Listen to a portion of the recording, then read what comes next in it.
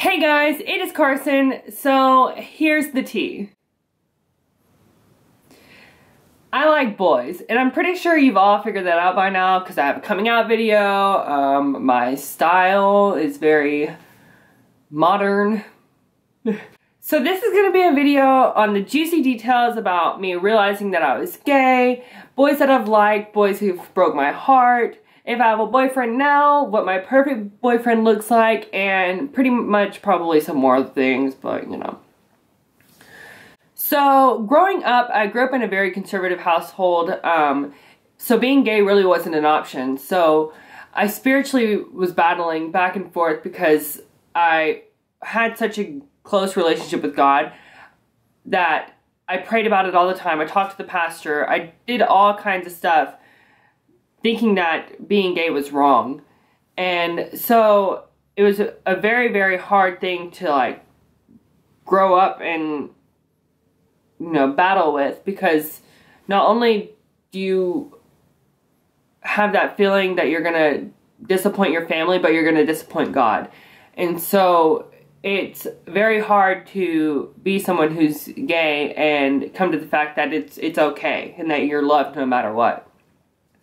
So growing up, I also, because I didn't want to disappoint anyone, I dated girls. And so I did care for all the girls that I dated. It's just that I wasn't really like attracted to, if you know what I mean. I do think that women are very beautiful. It's just that I don't imagine myself being with someone who's a woman for the rest of my life. So when it came to like coming out, I didn't really come out openly to everybody. I came out to a couple people first. And the first person I told when I was like 10 years old was my Nana. My Nana is amazing. I love her so much. I don't know what I would do if I didn't have her. She is amazing. She is the best Nana in the world. I couldn't ask for anybody better. She said that she's always known, and that no matter what, she's always gonna love me no matter what goes on in my life. And then the second person I told was my best friend YaYa when I was like 12 years old. We had class together and I told her about all my feelings and all that kind of stuff. And then I told my mom and my sister when I was like 13. It was like right before I was going into high school. And so I told them. I was very, very afraid of what they were going to say. Most parents think that it's just going to be a phase, which it's not. If you have a kid who is thinking about that, just let them figure it out on their own, and don't push them in any way, because it's not your choice to make. So when it comes to my family, I'm very grateful for the family that I do have and how great and loving and accepting my family is. I've been blessed to have a family like that, because I know there's some people out there that don't have someone in their life that accepts them for who they are. And I think about it on a daily basis on how great and how blessed I am to have the family that I do. Anyways, when it comes to crushes, let me clean myself up. So when it comes to crushes, the first person that I ever really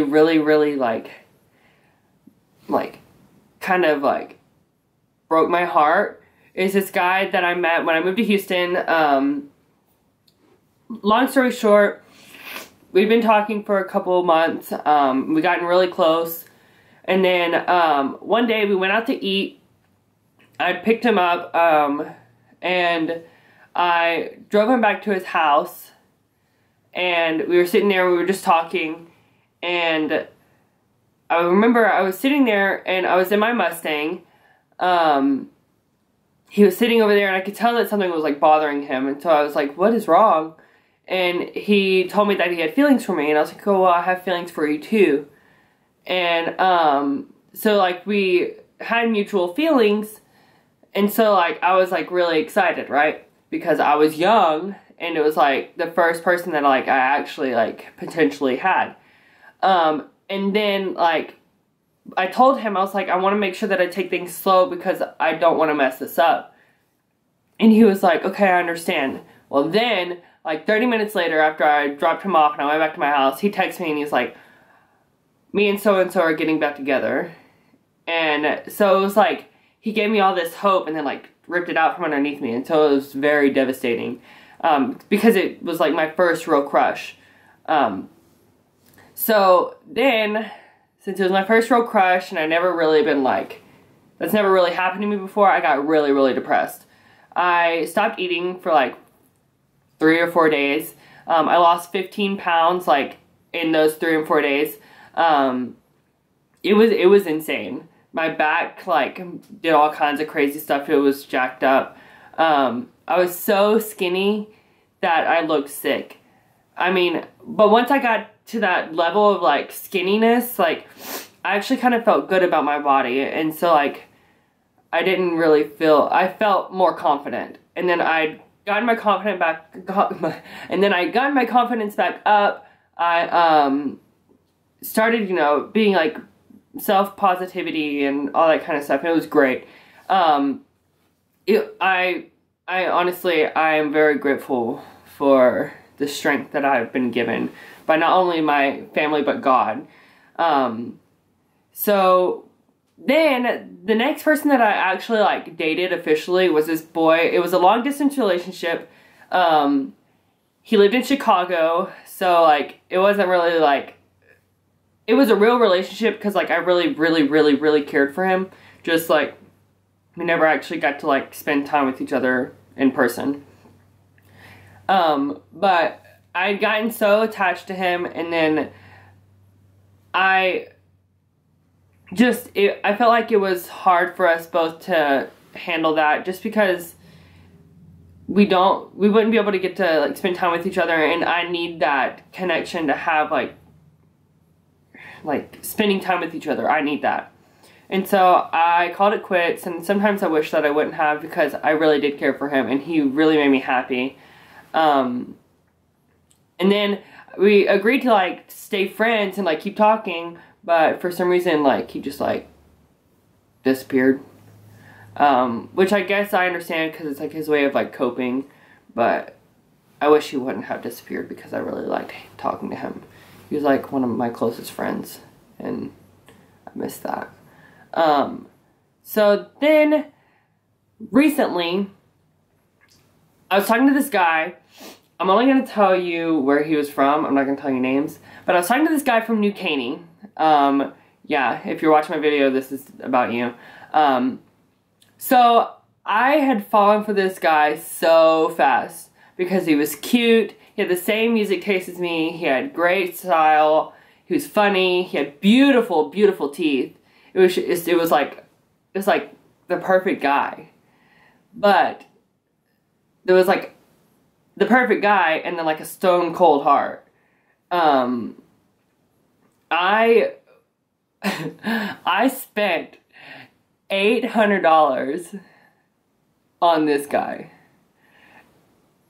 in a month. I hate myself for doing that. I would drive 4 hours to go see him and then 4 hours back. Like, I was stupid. I was love-struck, that's what. I was so dumb. I mean, at the time, I really did care for him. I'm guessing on the other side, he didn't really care for me as much as I cared for him, but I really don't care. At the time, it was all great. And then he started, like, playing with me, and it was very, like, tormenting. It was awful. And I don't know why I allowed myself to go through that, because I know that I deserve better. Because he didn't deserve me, and I'm glad that I got out, you know, and it didn't last longer, because what if it would have turned into something worse? But yeah, he definitely played with my heart. He was a jerk. So that's the last person that I had, like, potential dating with. Then, now that I am single and, you know, ready to have a boyfriend, I moved to Tyler, right? And this county is dry of gay people. I don't understand. There's like no gay people here. Like none. I've maybe seen like 1 or 2 the entire time that I lived here, and I've lived here for almost 3 months. Like, what the heck? But, it's insane. So when it comes to like my perfect boyfriend, I have a lot of like things that I imagine. Obviously, it's not gonna happen, like, to have all these things in one guy. But if we could have at least, you know, like a majority of these, then we would be doing pretty good. So my perfect guy has colored eyes, has dark hair, beautiful teeth. Beautiful teeth. That's all I want. Not all I want, but please have beautiful teeth. My future man has to have beautiful teeth. I want them to be either like my height or a little bit taller. Not really like boom and then like boom. Like I want us to be like here. I want him to have like great style. I want him to have great music taste. Great music taste is key because then we can like jam out together. I want him to be family oriented because I'm very family oriented, and I want us to be able to like spend time with each other's families and like build the relationships that way.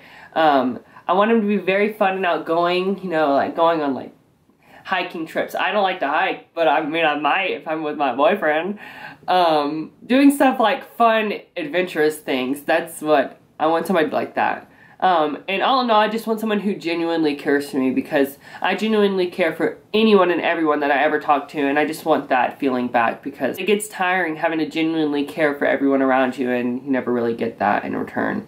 So, you know, it's a tough life being gay because there ain't nobody out here in East Texas. I can't believe I even moved back to East Texas. You know, I just love my sister that much. So I really don't know if you guys are gonna like this video. I really, you know, don't care if you do or not. But if you do, give it a big thumbs up. Comment down below what your perfect guy or girl looks like, because, you know, in the Shady Bunch family, we love everyone. So I'll see you next time, guys. And as always, don't forget to hit that subscribe button and become a member of the Shady Bunch family, because we'd love to have you. And I'll see you next time, guys. Bye-bye.